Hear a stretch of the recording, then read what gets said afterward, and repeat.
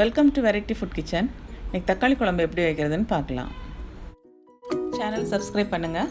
Regular videos பார்க்குறதுக்கு bell icon press பண்ணுங்கள்.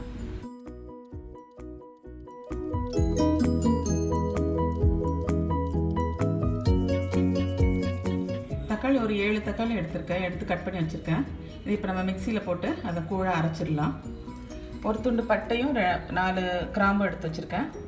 பெரிய வெங்காயம் எடுத்து சின்னதாக கட் பண்ணி வச்சுருக்கேன். கொஞ்சம் கருவேப்பிலை, ஒரு பச்சை மிளகாய் கீறி வச்சுருக்கேன். மிளகாத்தூள் ஒரு 1.5 ஸ்பூன், தனியாத்தூள் ஒரு 1.5 ஸ்பூன், மஞ்சத்தூள் ஒரு 1/2 ஸ்பூன், தேங்காய் ஒரு 3 ஸ்பூன் எடுத்திருக்கேன். முந்திரி ஒரு 10 முந்திரி, ஒரு 1/2 ஸ்பூன் சீரகம், 1/2 ஸ்பூன் கசகசா, 1/2 ஸ்பூன் சோம்பு, ஒரு 4-5 மிளகு எடுத்து வச்சுருக்கேன்.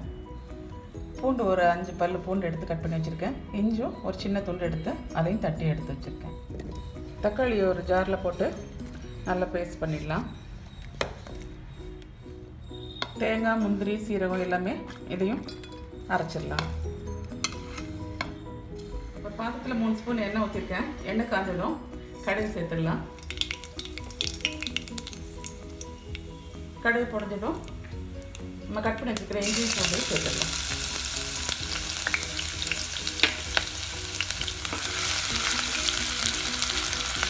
கூடவே மிளகாய், கருவேப்பிலை, வெங்காயம்,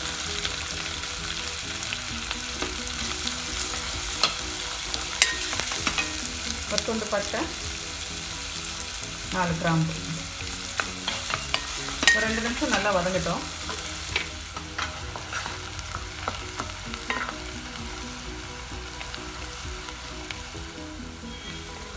வெங்காயம் நல்லா வதங்கினதும் தக்காளி சேர்த்துடலாம்.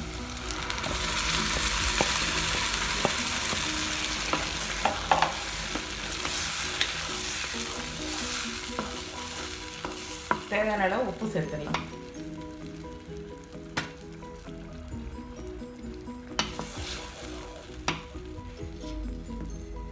மஞ்சத்தூள், தனியாத்தூள், மிளகாத்தூள் 3மே சேர்த்து ஃப்ளேம் மீடியமாக வச்சு ஒரு 5 நிமிஷம் நல்லா கொதிக்கட்டும்.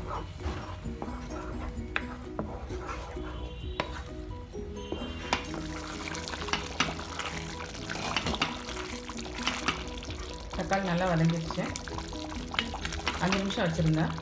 இப்போ நம்ம அரைச்சி வச்சுருக்கிற தேங்காய் அதில் சேர்த்துடலாம்.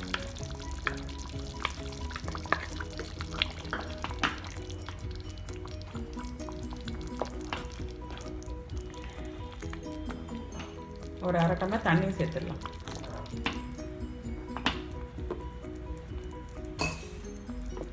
ஒரு 5 நிமிஷம் நல்லா கொதிக்கட்டும். மல்லித்தலை தூவிடலாம். குழம்பு ரெடி ஆகிடுச்சு, இறக்கிடலாம்.